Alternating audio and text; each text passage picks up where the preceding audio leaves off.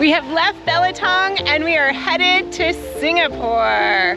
This is big for Scout. For the second time, we're going to cross the equator. So our family are Shellbacks, but our visitors are Pollywogs, for now. More on that later. You may have heard something somewhere about it being hot on the equator. Well, it is so hot. Oh my goodness. Whew. I'm melting.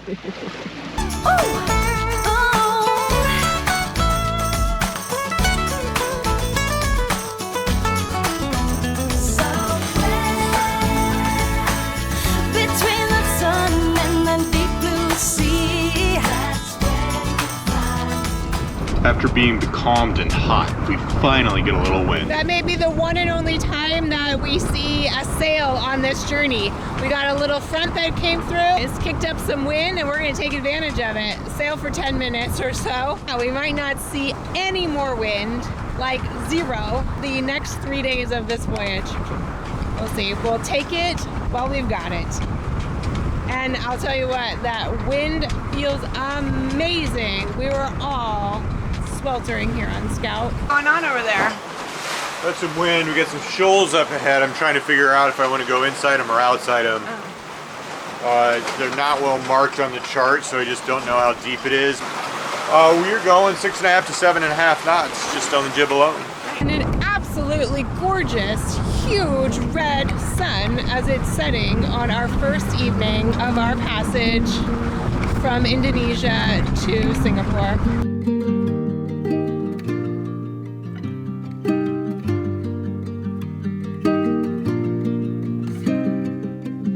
There's a boat just right there.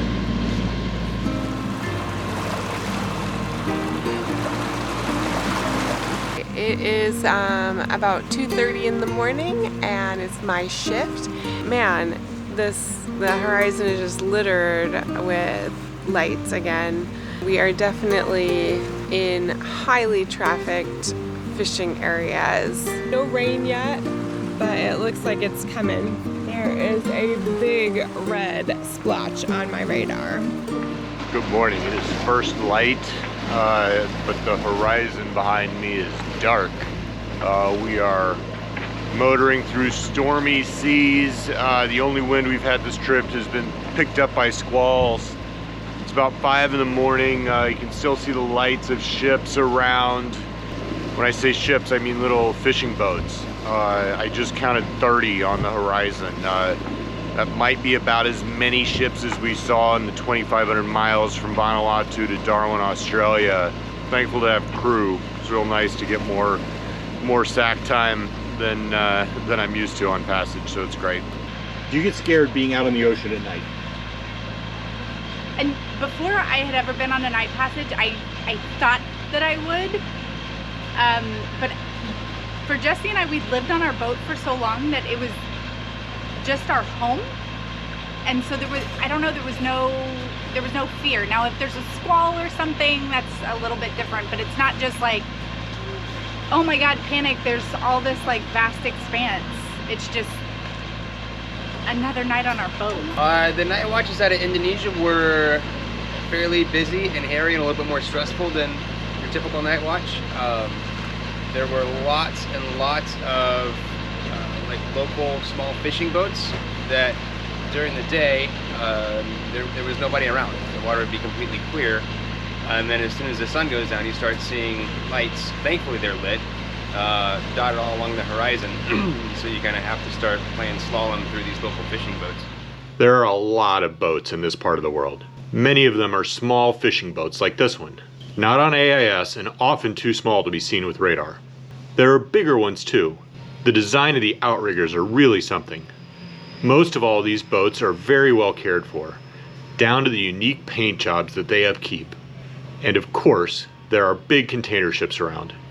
More and more as we get closer to Singapore. Day 2 on our journey to Singapore. Still have no wind except for the occasional pop-up squall or rainstorm, bouncing around between 1.8 and 2.2 knots of wind. And it is hot. We are sweltering. So right now is quiet time, and we do every day like a little solo time where the kids either go into their rooms and read or do some art time, but it is quiet. Nobody's allowed to talk. The parents kind of scatter. I'm on watch right now, and I'll take a look around, show you around.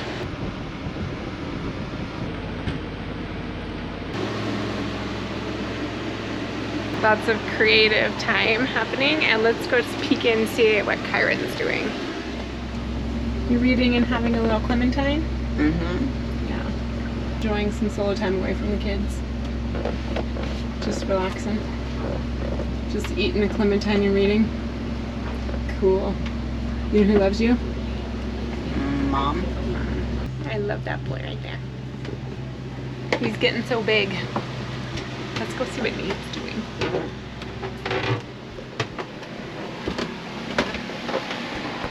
Hey, what are you up to? I am video editing. Taking your solo time to do a little work? Taking my solo time to do work. What are you doing? Not being on watch, filming people. I'm supposed to be watching, but there's nothing going on out there. Got some fishing line in the water. We're gonna go over a little shoal here in a minute where the ocean floor rises up to about 60 feet. And we are fingers crossed so we can catch some fish. We'll see.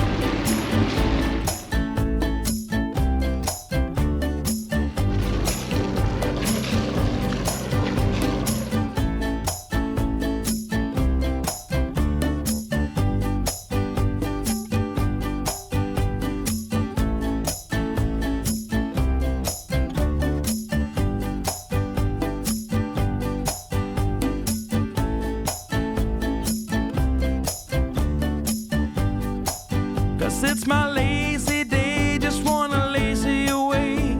Ain't gonna do a thing for the rest of the day.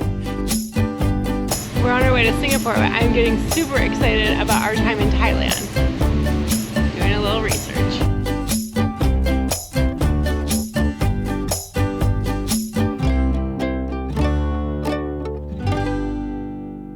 It's Barracuda?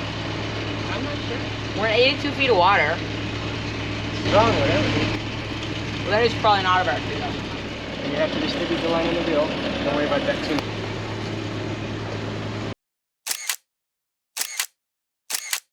Here we are. It's my night shift once again. It's 3 in the morning and it is very, very calm out tonight. It is beautiful out here. We've got just a hair over a half moon. The stars are out. There's a little dappling of clouds. It's beautiful. I love night watches.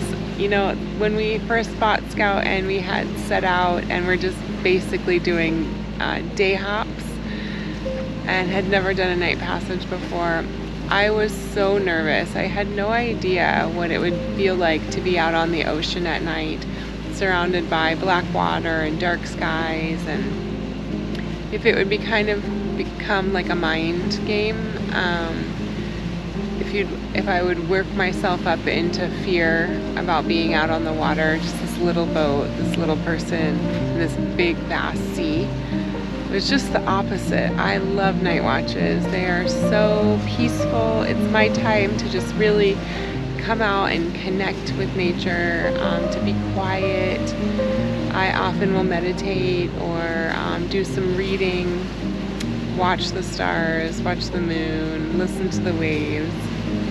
It is a treasured time for me, honestly, without the chaos of kids and having to be doing. Remember that peaceful, calm night watch that I was having a little while ago? Well, we are now blowing 30, 35 knots and got a lightning storm, and our speed over ground dropped from 6 knots to, I've got both engines on and we are barely doing over 2. Jeez. Oh, that was 40 knots gust right there. The storm is just circling us. We got several other big boats around, some cargo ships, the tugboats coming up, approaching us. We've got shores and shallows nearby. It's not the ideal situation. What happened to my calm night watch? I don't know. But, That lightning just really lights things up.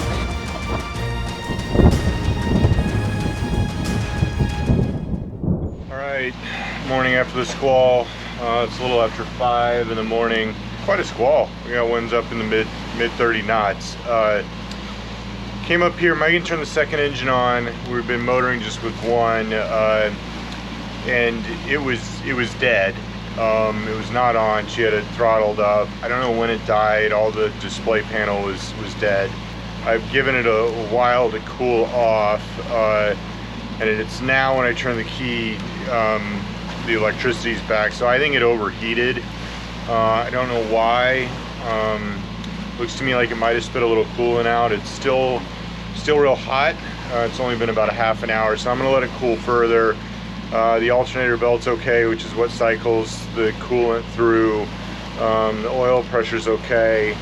We were going through a lot of fishing activity, lines in the water. It's possible we got something wrapped around the prop and it was working really hard, or something else, I don't know. So like I said, I'm gonna let it cool down and evaluate further. A little less than 150 miles to Singapore, but it'll be a fun 150 miles. With any luck, we'll get in there tomorrow.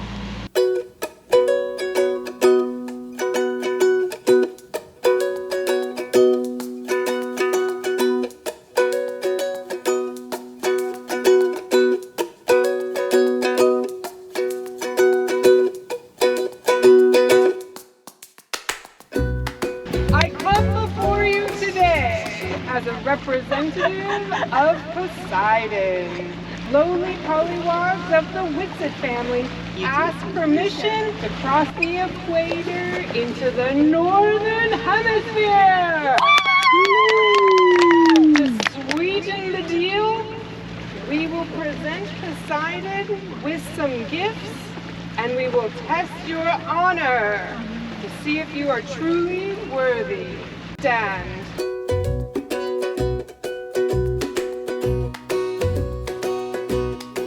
And now you must eat the gift of the southern hemisphere, the Vegemite. Vegemite.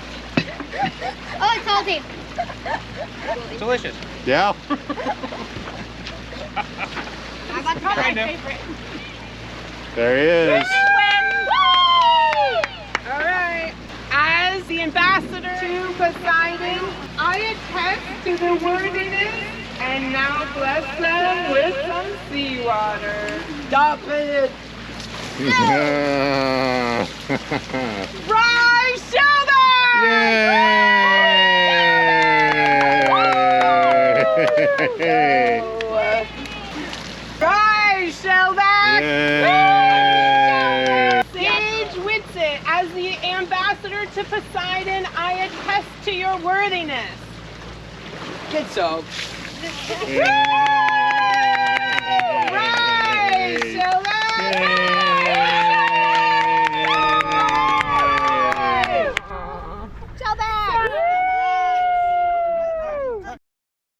Night 3 on our passage to Singapore, and here's the update. We are heading into a very strong current right now as we are making our way along the shipping channel. We have very little momentum going in our favor. We lost one engine last night actually, during that big storm. One of our portside engine overheated and spilled out some coolant, and Nate and Jesse have been trying to problem solve that, but it looks like we're gonna have to get some professional help in Singapore. It's 3:20 in the morning right now, and so far the past hour and a half or so has been really uneventful, other than just watching our speed go down, down, down, down. It's pretty uneventful. All right. Coming into the shipping chaos that is Singapore. On one engine, we're not able to fix it yesterday. Have fried another starter.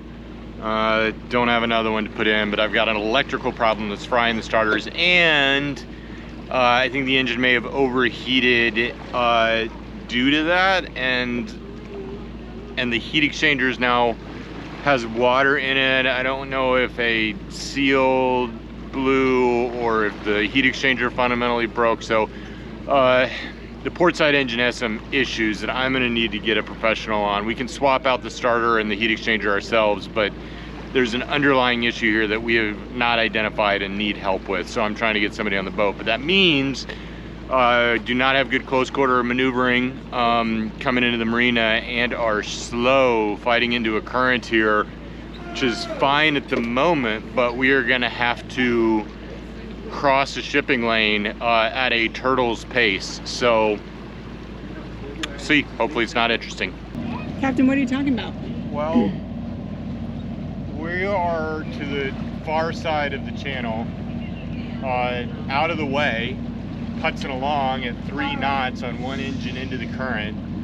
But between us and Singapore, which is just 6 miles that way, we're gonna have to cross these ships.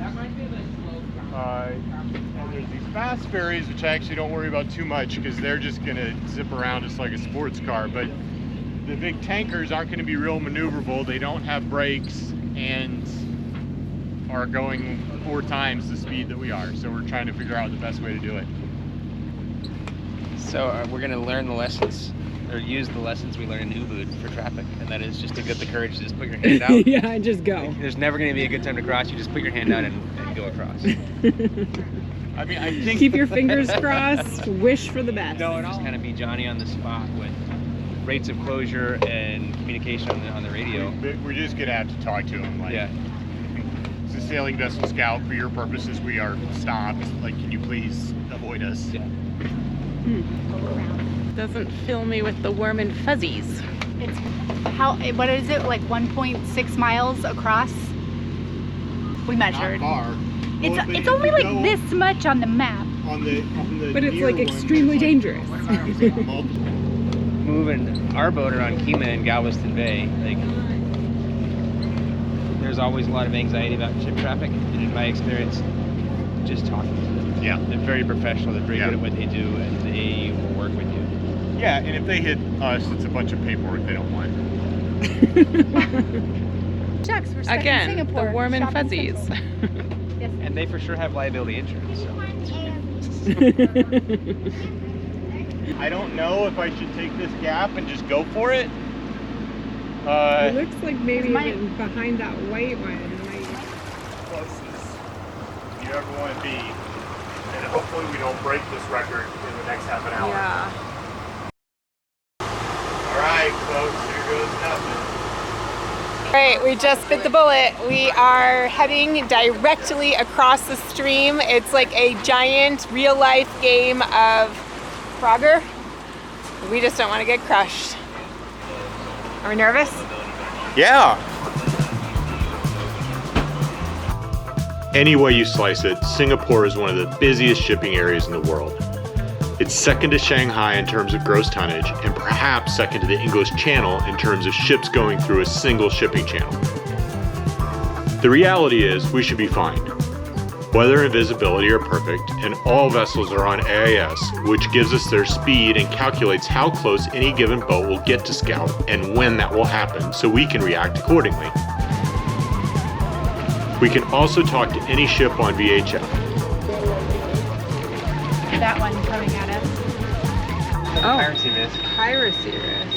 Wow, I've never seen that before. Like, yeah, we know. So we are not out of The guy you're worried about is going to be now 0.3 nautical miles away in 2 minutes, so we're clear of that guy. Okay. I'm going to start looking up that same So what's channel. going to happen here is... Still, that doesn't mean it's not a bit nerve-wracking getting so close to these massive ships as we thread our way into Singapore. So what has been more crazy, crossing through this channel or going in the Panama Canal?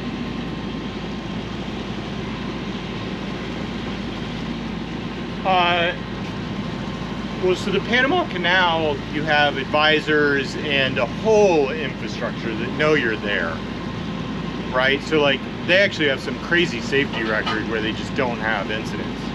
Whereas this is just us playing a little game of Frogger at 3.5 knots. So I would say this. Yeah. I mean, the Panama Canal is really cool. And we're like crossing the stream here versus Panama Canal, you're just like with again, the but truck. they're like people watching out for you. Nobody's watching out for us. Right. I will say, I thought the Panama Canal was a hot day when we did it. This is a hot day. It is really hot here today. Join us next week as we finally make it into port and explore Singapore.